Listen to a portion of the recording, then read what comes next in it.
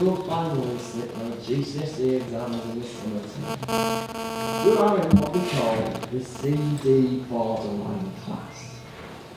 Everything you're taking is the foundation.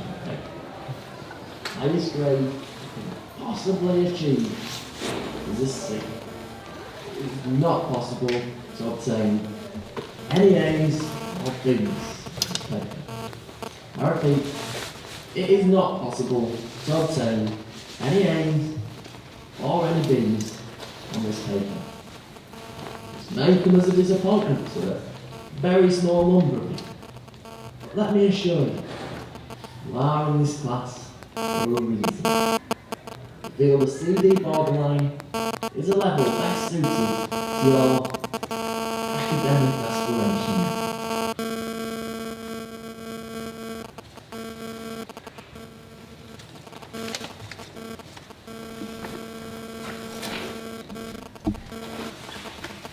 Friday night, 10:45. Two windscreen wipers dance. Two young males get out the car and survey the scene. A brand new blue Fiat Punto crashed into a tree. Bumper hanging off. Number plate dangling like a partially severed limb. Right there on the corner of that windy country lane, unaware of the police car's approach half a mile away. 6 o'clock that evening, and I'm sitting at home, responding to a text from my best mate Rich, telling him that I'm not coming out to the pub tonight. Instead, I'm going to meet Mo and the other boys for a smoke. They don't really like Richard, and I think Richard knows. 7 o'clock that evening, and I'm sitting with Rich in the crowd. 6:45, Rich pulls up outside my house. Brand new blue Fiat Punto, Max Power logo on the back window, garage pumping. Paid for by his parents. 1.1 he says, I couldn't say no. He wheel spins out my driveway, and minutes later we're in the crown. This grimy little boozer around the back of town full of rude boys and middle-aged cockneys who still think they're hard. Rich's new girlfriend Clarissa is there. She's the best friend of his ex-girlfriend Gemma. The ex he said he was engaged to. The second engagement in the space of a year. Never any sign of a ring though. Gemma's now going out with Rich's new mate, Tony. All I ever hear Tony talk about is his car and fighting, yet I've never seen him in either. Tony and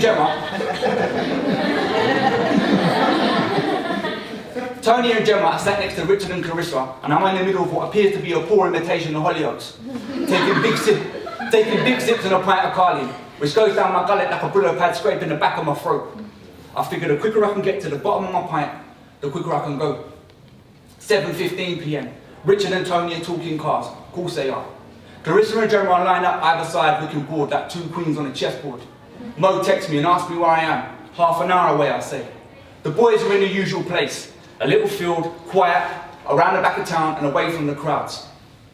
7:30 p.m. I just get to the dregs in my pint when Tony shoots up and says, my round, shit, he's quick.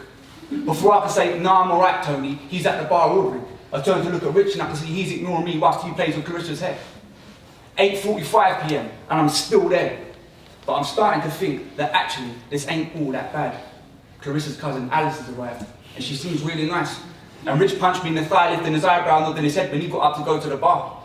I've got 2 missed calls on my phone from Mo when Rich returns to hand me pint number 4. 10 p.m. and Alice has left to go and meet her boyfriend. Rich forgot to mention she was taken. How convenient, I'm thinking. Outside, Tony and Gemma are arguing. Gemma reckons Tony's flirting or something. 10:30 p.m. I text Mo and say I'm about to leave. I tell Rich I'm going to get a taxi, when outside I suddenly hear a scream, as Tony is trying to separate Gemma from Scratch and Clarissa from Scratch and Gemma. Rich goes flying out, someone gets called a bitch, then Tony whaps Richard in the face. I grab Rich round the waist, march into his car with him arms out wide, hurling abuse, trying his very best to look hard. We get in his car, and he says, take me to Mo, I need a zoot. Before I know it, he's wheel spinned out the car park, blasting out Genius Crew, and I'm thinking, you look like a dick. Whilst I'm frantically strapping in my seatbelt, biting my lip, Rich is driving like an absolute prick, right up the arse of a car in front. Slow down, bruv, there's no need for that. But he just ignores me and turns up the music louder, which is all treble and little bass. Say Tony fitted the sound system himself, and I'm thinking, yeah mate, I can tell. We cleared the traffic in town, through the neighbourhoods and out into the fields around the back. Rich, the bend is coming up, slow down bruv, you're gonna miss it. Shut up, I know what I'm doing. Bruv, slow down, you're gonna miss it. I said, shut the fuck up. 10:45, Friday night, a quiet country lane. 2 windscreen wipers dance. Me and Rich stumble out the car and survey the scene. His brand new blue Fiat Punto crashed into a tree. bumper hanging off, number plate dangling like a partially severed limb, right there on the corner of that windy country lane. I phone Mo and tell him that I'm with Rich and that we're going to need a tug. Mo pauses and hear him mumble, "Oh, fuck's sake," and says he's on his way. I turn back to see Rich, my best mate Rich, stumbling around the wreckage. "Mum and Dad are going to kill me," he says. In the distance I see a blue flashing light. I turn back to look at Rich, looking at his car, Max Power logo on the back window, and I think to myself, maybe, just maybe, when the smoke goes, I let him know that we ain't dancing to the same tune anymore.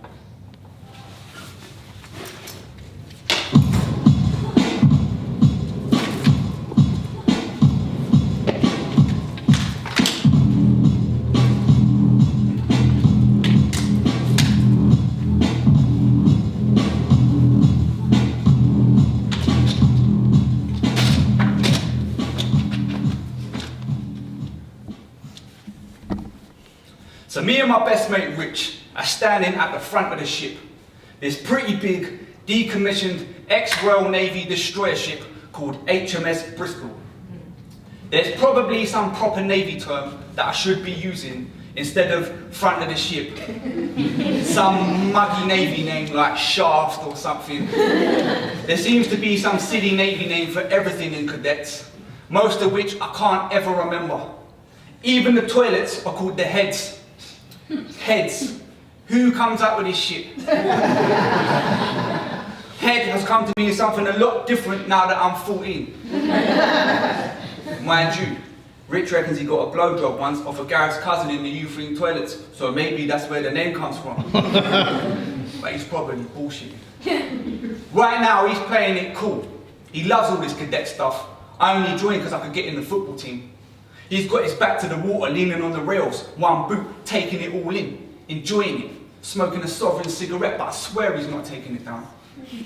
I'm bent over, hanging onto the rails, shaking, staring down into the dark, murky water of Portsmouth Harbour, wishing that trident or some other sea creature would burst up out of the blue and haul me down into a magic coral underworld where I'm taken captive by some buff mermaids who sing mad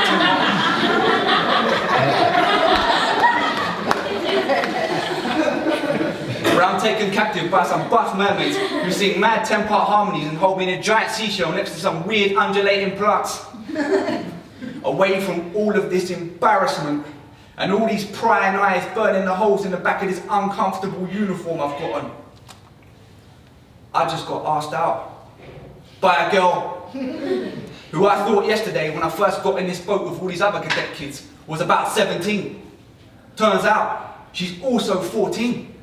And she's a senior cadet, whatever that means. Her name's Laura.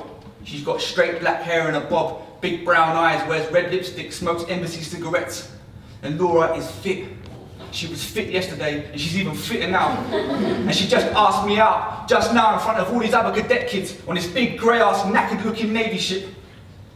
Stuff like this doesn't really happen. Ever. Problem is, since getting on this boat, me and Rich have done well to assert ourselves as the geezers that we are and should be universally recognised in being. Letting these other geeks know that we're no mugs. We're alright, but we've got a bit about us. Rich has even bought his Ralph Harrington jacket that he got in Florida, and he's wearing it over his uniform. If I had a Ralph Harrington jacket, I'd be doing the same.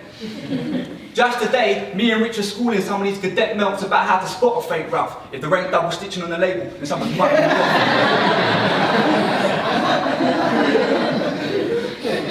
Letting these geeks know that we know about some real geezer stuff, like football. Like, even though Chelsea are from West London and Tottenham are from North London, their firms hate each other, and when those two play, it always kicks off. Always. And how do you twiddle with a flame adjuster and one of them cheap fluorescent cigarette lighters? You can turn them into mini flamethrowers and cinch people's nose hair. That's right. Geezers. At school, we can't really pull it off. We get called Beavis and Butthead. But on this boat, we're like the flipping Cree twins. Most of these kids are pussies.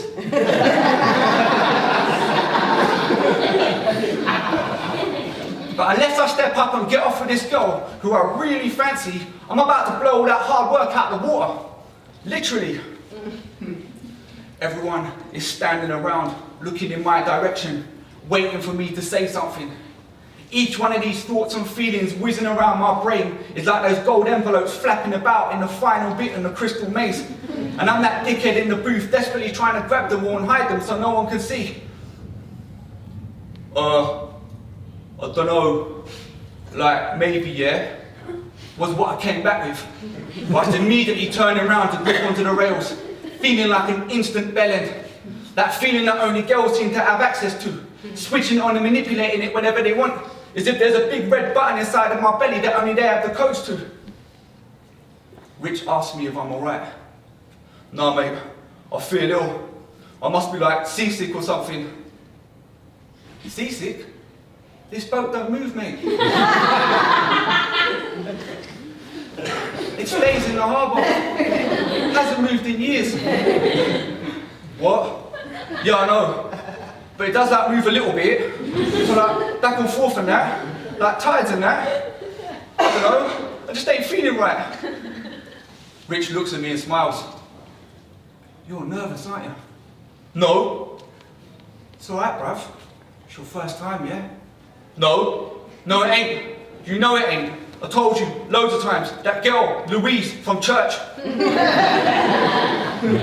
I've got on her loads of times, bruv. Frenchies and everything. I even got feel-ups after confirmation class once.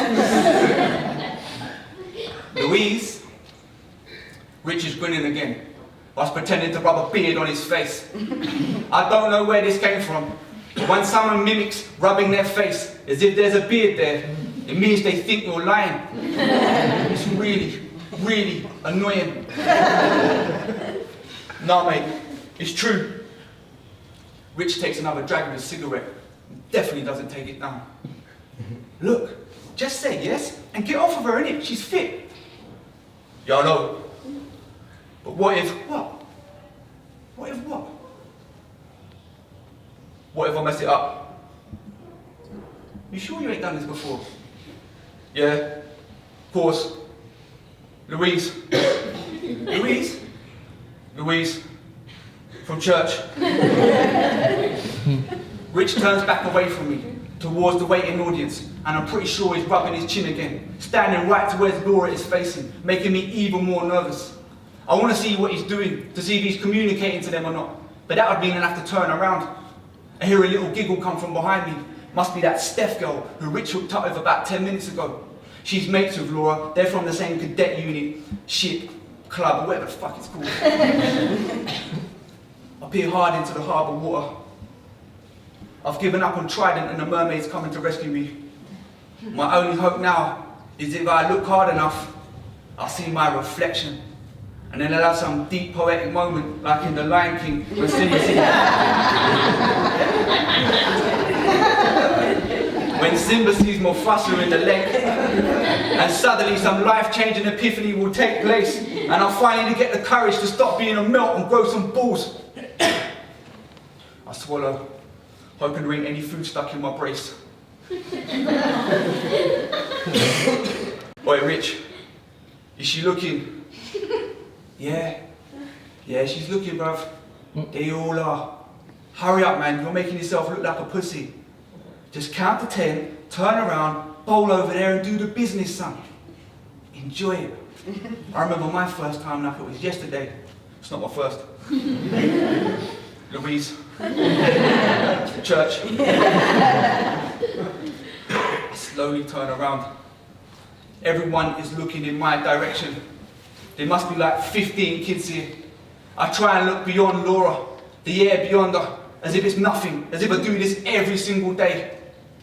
That Steph girl goes, so you're gonna go out of her, yeah? Yeah, alright, I say. Tell her then. I turn to face Laura. I catch her big brown eyes. She looks like this is nothing for her, like she does this every single day. Yeah, I say. Yeah, what? She laughs. Yeah, I'll like, go out of you, innit? You gonna kiss me then? I spend so much time thinking about these very moments, rehearsing them in all the time in my head, over and over again, in class, in bed, on the bus, All the Lauras, Claires, Emmas, Hades, Jerry Halliwells, all the Spice Girls. Every girl I've ever fancied, which is pretty much every girl I've ever met. Yet it sounds and feels so weird saying, yes, I will go out with you. And I start panicking, worrying that I have no clue what I'm doing or what I'm about to do, though my legs are moving towards her, and suddenly we're doing it, we're connecting, our lips are touching, it feels kind of weird, it's alright though, she's moving her lips a bit more than mine, shit, she's gonna think I don't know what I'm doing, shit, I start moving my lips and all of a sudden we start sinking like that weird pulsating starfish on Brighton Sea Life Centre window. What? This is amazing, wow, I'm getting into this and shit, I've got a boner, fuck, no, she's gonna notice, I stick my bum out a bit and carry her. And I just try and concentrate on how flipping amazing this is. Eventually, we break the kiss. She goes to unfurl from my hold, but I pull her straight back in. I don't want these mugs seeing that I've got a boner. Plus, I want another kiss. I go in again, feel like I know a little bit more about what I'm doing this time. I have my eyes closed throughout. Wow. When we eventually break the kiss, all the kids that were on the deck have gone off the bed, or whatever stupid Navy name they give it. I kiss her again, and again. I can't get enough. As we're coming off the deck, holding hands, her mate Steph comes up to her, hugs her, gives her £3.40 and 2 cigarettes. You win, she says, and they both share a joke about something. I don't ask what. I'm trying to be polite. We're an item now. She needs her space.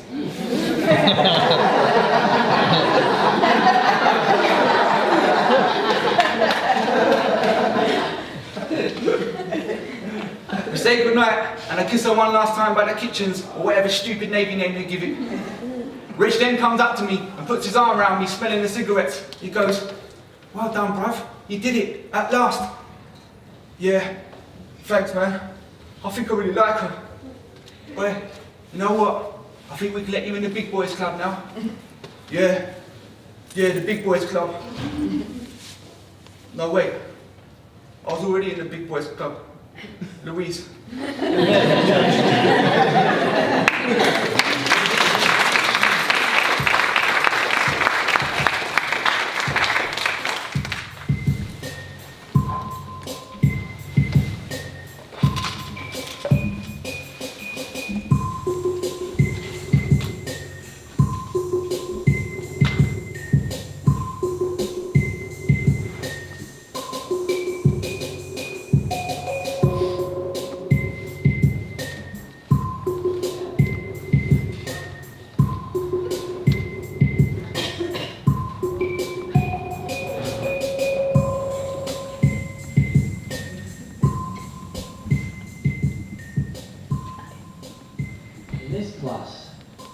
If you work very, very hard and with a lot of luck, you could get a C. For most of you, this is perhaps a bridge too far. But so long as you work very, very hard and do exactly as I say, and with the grace of God, is occasionally achievable. Possibly.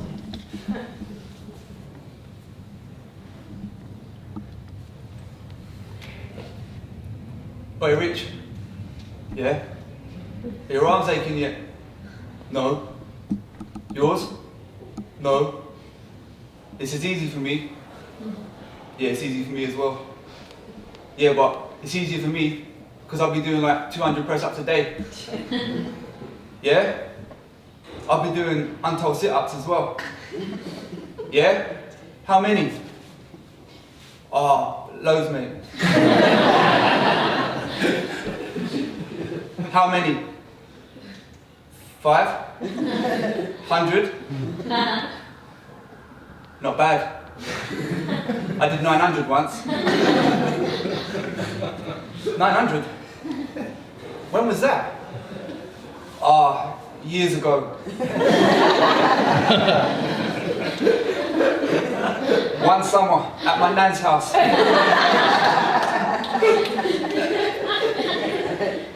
Years ago. So we're in year 8, so you must have been like 7. Yeah, I was 7. Wow. Maybe 7.5. Yeah, I was 7.5. It's good going, mate. You must have been strong for your age. Yeah, my nan used to give us untold Weetabix. It's still easier for me than it is for you, though. What is? This you plum? Oh yeah. I hate Mr. Guppy. Yeah, he's such a wanker. I swear, bruv, I should get my brother to come down to school and weigh him in. He's 15.5, you definitely weigh him in. Yeah, my brother would weigh him in as well. Geezer thinks he's all that, shouting at us in front of the whole of year 6. I swear, if I find any of those year 6 kids that were laughing, they're getting weighed in. Why do you keep saying weighed in? That's what Gareth says. What? Shut up. I've been saying it for time. What, since Gareth weighed you in? Shut up. How long have we got to stand here for anyway? Don't know. Till Mr. Guppy comes back from the staff room, I guess. Listen, Rich, don't worry about those year 6 kids. They're nothing. We didn't even do nothing. I swear that Mr. Guppy's picking on me. I should get my parents to complain. Then get my brother to weigh him in. We did sort of do something, mate. I mean, you nicked that year 6 kid's fountain pen for a start. I didn't nick it. I taxed it. It got taxed. Well, you shouldn't have told Alan then. He must have grassed us up to Mr. Guppy. Alan's going to get weighed in. This is all your fault. How's this my fault? Because it was your idea. My idea? I didn't nick that kid's fountain pen. I didn't nick it. I taxed it. It got taxed. And I weren't talking about the fountain pen. I was talking about walking into the exam room and swapping all those year 6 kids' pencil cases around. Apparently, kids were crying when they realised their pencil cases had been swapped. And this lunchtime, Mo was going to swap me some stickers. All I needed was Stuart Ripley and Blackburn Rovers would have been complete. Ever since Gareth nicked your pencil case, it's like you've got something against pencil cases. Gareth didn't nick my pencil case. He taxed it. It got taxed. And I didn't make you do anything. And it's not my fault those year 6 kids are stupid enough to all have the same pencil case with the times table on the back. Then should be like actually leave them on the exam desk and walk out to lunch. It's like they were asking me to go in there and swap them around. And if you hadn't have told Alan, he wouldn't have grassed us up to Mr. Guppy and we would have got away with it. Shut up. You almost cried when Mr. Guppy shouted at us. No, I didn't. Yeah, you did, you pussy. Shut up. You shut up, dickhead, wanker, bellend, your mum. Don't talk about my mum. Sorry. Yeah, I'm sorry too. Wait, bruv. I think we're in big trouble, you know. Apparently it took them like 20 minutes to sort those kids' pencil cases out. And because they're doing SATs exams, the school have to stick to exact times. Otherwise the government will burst in with the SAS and shut down the school and sack all the teachers, and it will all be our fault. What? Really? Oh man, it can't be that bad. Yeah, it is. And what's even worse is that my dad said if I get another bad report, I won't get my Sega Saturn. Oh shit. It was pretty funny though, wasn't it? Yeah. Yeah, it was. Well, I swear you're going to drop your arms. No. Yeah, you did. I just saw you. No, I didn't. Yeah, you did, you pussy. Shut up. You shut up, dickhead. Pussy.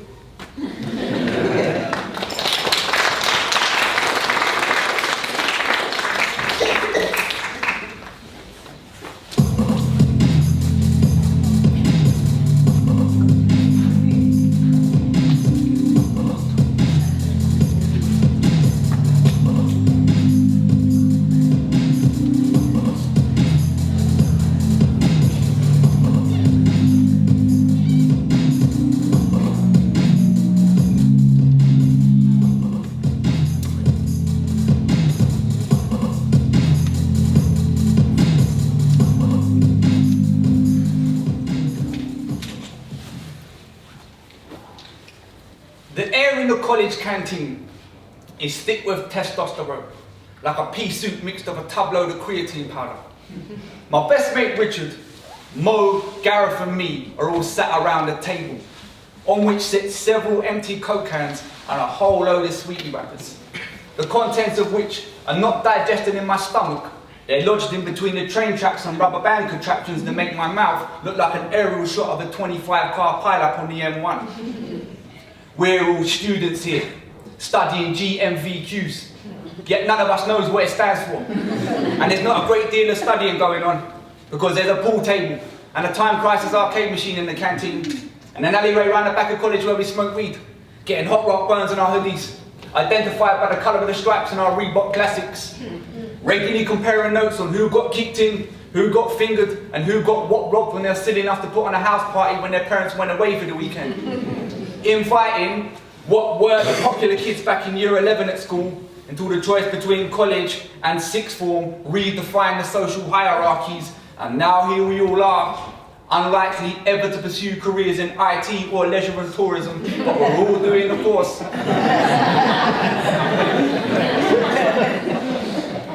Wearing a grubby white nightcap, Mo is talking about Tupac. Now I love music, I like hip hop, but I don't have MTV. I don't know that many of Tupac's tunes. And I know for a fact that my best mate Richard knows fuck all. And I know that he knows that I know. He has 7 CDs in his collection, and most of those are now compilations. He buys them every Christmas with the W.H. Smith vouchers he gets from his nan. And the only CD in that malnutrition collection of his that even comes close to Tupac is a CD single of Boom Shake the Room by Will Smith. Yet despite that, every time Mo mentions a particular Tupac track, Richard, Gareth and me all chime in unison with the well-rehearsed chorus of yeah, secure. We don't ask questions here, we just agree. Gareth takes a last ditch swig on his Coke can and swirls it around his mouth, letting out a large burp that I can smell, and it smells of McDonald's cheeseburgers. He then reaches down into his World Dance record bag and pulls out the latest copy of Max Power magazine, skimming through the pages until he lands on the featured article of a souped-up maroon Vauxhall Cavalier with possibly the biggest exhaust I have ever seen. It's 4-bore, says Gareth. Yeah, secure, we all say. And Mo does that finger snap, which I know for a fact that Richard can't do. But I know he's been practicing in his bedroom, and I notice his right hand touch on the tables if he wants to, but he can't. And I want to laugh. Gareth then goes on to tell us about his older brother's Ford Capri. He's got a 2-litre engine, lowered suspension and a dump valve. Yeah, secure, we all say. I don't even know what a dump valve is. Now Mo's telling us about his cousin's Clio, which has got a Kenwood subwoofer installed in the back of the boot, just like the name on the back of Gareth's black bomber jacket. Yeah, secure, we all say. Hold on, Richard's now talking. He's saying he's rewired the stereo in his car. Yeah, secure, we all say. No, he hasn't. All he's done is change the default radio setting from radio 2. Because it's not his car. It's his mum's Nissan Micra. And now he's talking about some sick new garage tape he's got off of a Garage Nation tape pack, easier than MC Dapper. Yeah, secure, we all say. It's not a tape pack.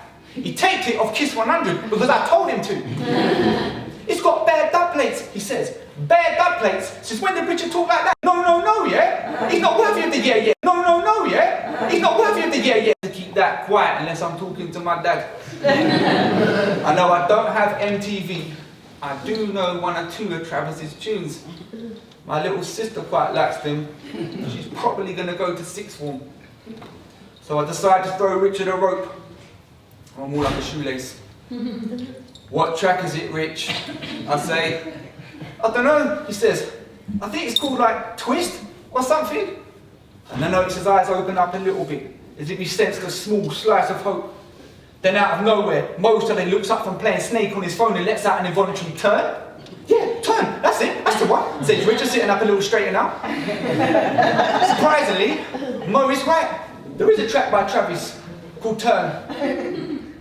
I've heard that track. I quite like that track. It's alright. Yeah, I've heard that track, Rich. Quite like it. It's alright. Yeah, I've heard that track as well, says Mo. It's alright. Yeah, it's alright, says Rich, and all the attention slowly turns to Gareth, who takes a brief but considered moment before he speaks.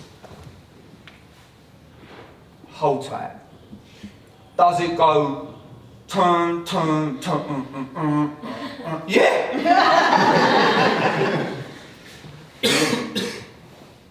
Yeah, I've heard that track. It's alright. It's pretty sick actually. Yeah, that track's sick. Yeah, it's sick, says Mo. Yeah, really sick, says Richard. Yeah, sick, what do you say? And for a brief and beautiful moment, all the bravado that exists between us becomes but like bubbles being blown by little children at a summer garden party. And that moment feels like my dad's big hand rubbing my hair when I first fell off my bike and I realised everything was going to be alright. Until another dark cloud threatens to rain on the children's party in the garden. And the conversation is then very carefully manoeuvred to DJ Hype and Kenny Ken and who our favourite jungle MCs were. And before I know it, we're back to talking about cars again. And I'm back to agreeing on things I know nothing about. And could well be complete bullshit. And probably is bullshit. And speaking of bullshit, Richard's bullshitting again. He's saying he's getting 17-inch alloy wheels fitted to his mum's Nissan Micro. Which he fails to mention to the rest of the boys. Has got a National Trust sticker on the back window. Yeah, secure, we all say, including me.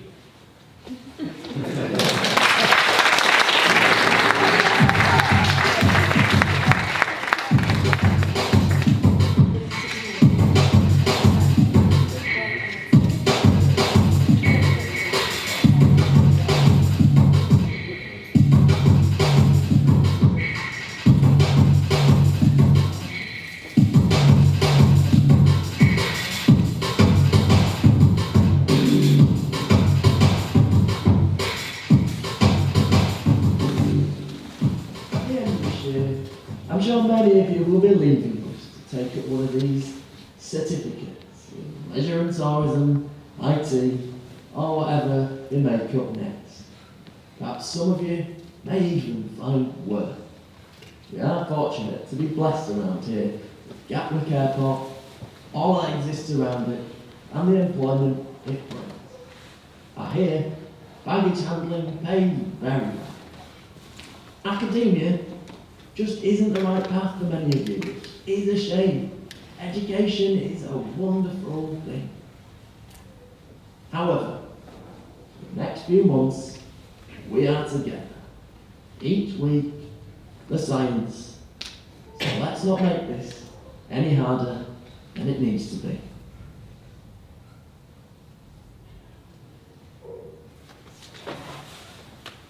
Rich, can you turn that down? I can't hear you.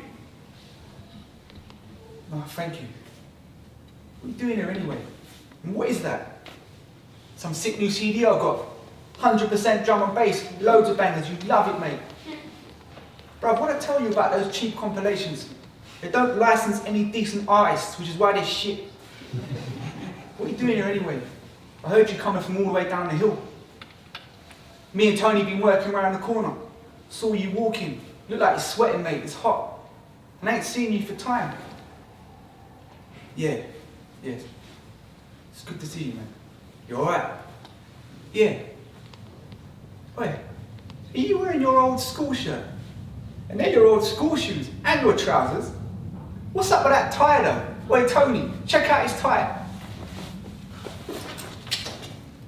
Okay, so can you tell us why you'd like to work at Tie Rack?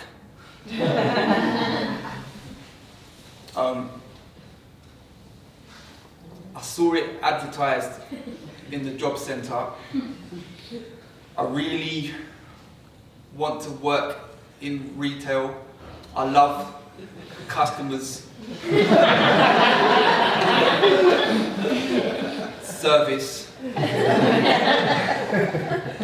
and I really want to work at the airport. I love aeroplanes. So have you been on lots of holidays then? No. Not really. Though I'm going to Cabos in August with my mates, my friends.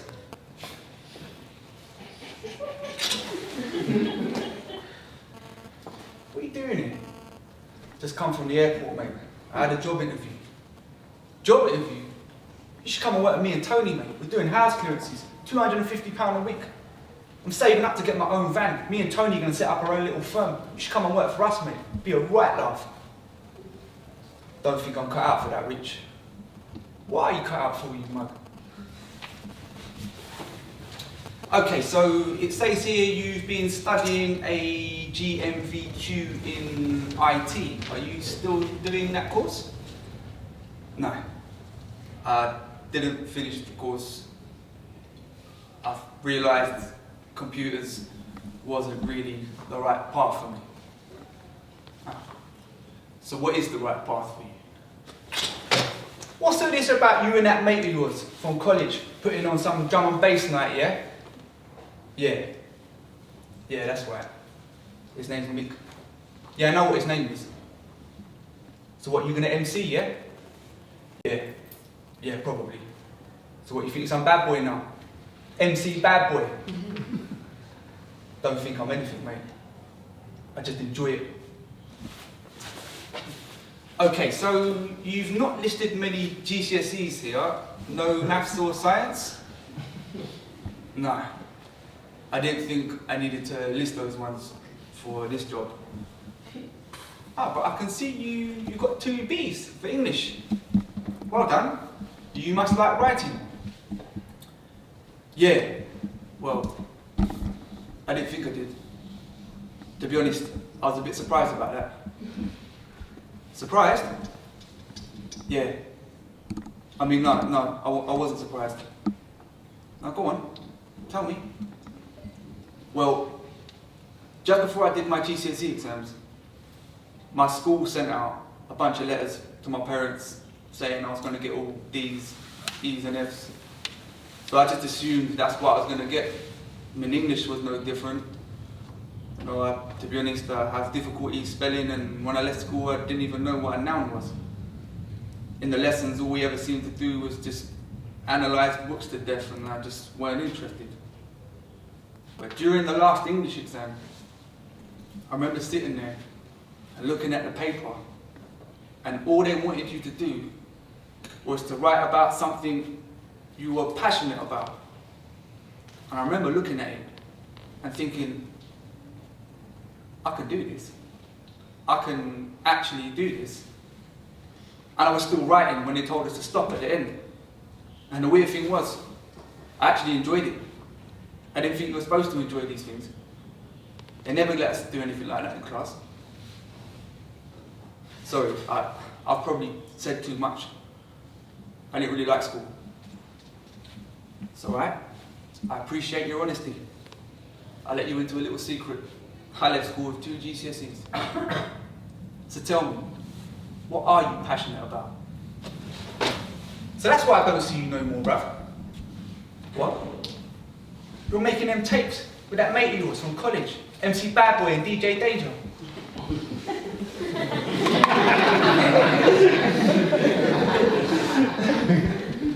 Yeah, something like that, mate. We practice a lot. You want to get out a bit more, mate. No wonder you still ain't got a bird. What?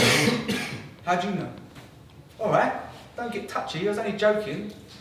It's alright, bruv, you'll meet untold girls out in Cavos. What, you think I didn't know about that? You were mowing them, thanks for the invite, yeah? Sorry, bruv, I didn't think you wanted. It's alright, don't worry about it. Me and Tony are going on Ibiza anyway, don't need you virgins tagging along. But listen, bruv, I've got a boot, I've got to go and pick up my girl from school. She's 16, yeah, almost 17. Looks about 21 now. Listen, if you need any help promoting this event of yours, bell me up, I can get untold people down.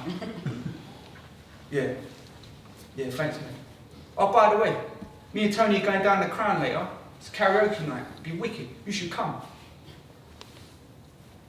I think I'll give that a miss, bruv. I'm alright.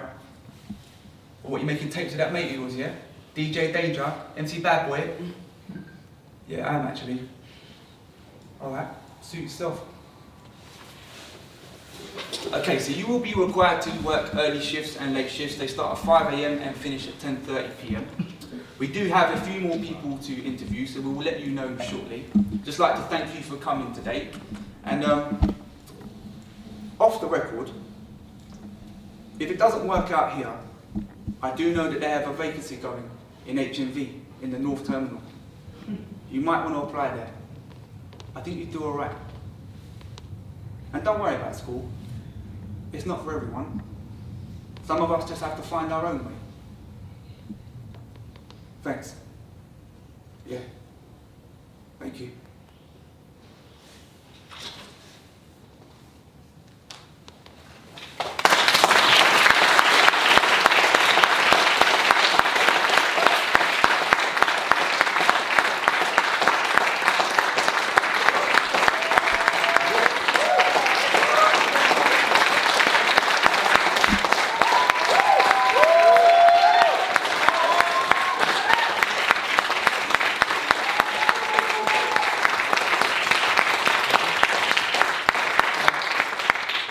Thank you very much for coming today. It's lovely to see a packed audience. So lots of old faces, lots of new faces. I just want to say a big thank you to Tim and all the tech team there behind there. You can't actually see them, but they've been doing all the sound. Big thanks to Con, who's been filming it for me. Big thanks to Roundhouse, because this is the 3rd year they've put me on in this festival and they've done loads of good stuff for me. But yeah, thanks everyone for coming. This is the first performance I've done of this.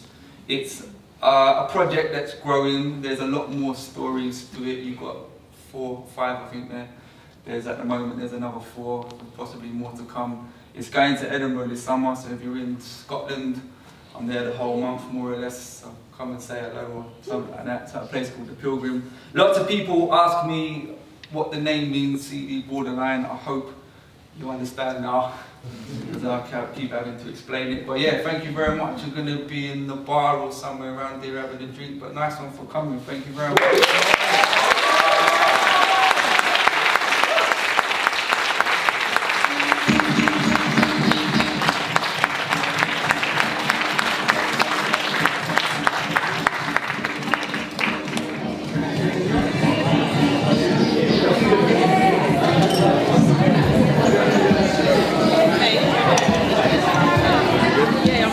Hey, Keisha, you got in? Yeah, it wasn't me that told you it's unfair, was it? Oh, did I tell you it's unfair? Oh.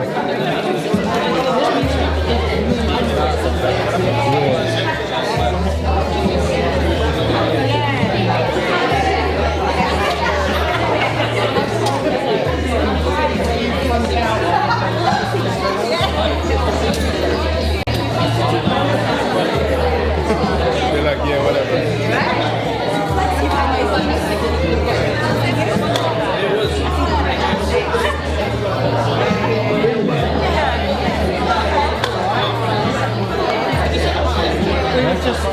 I know, I've only seen that month. Yeah. Maybe we should get more. That's big, man.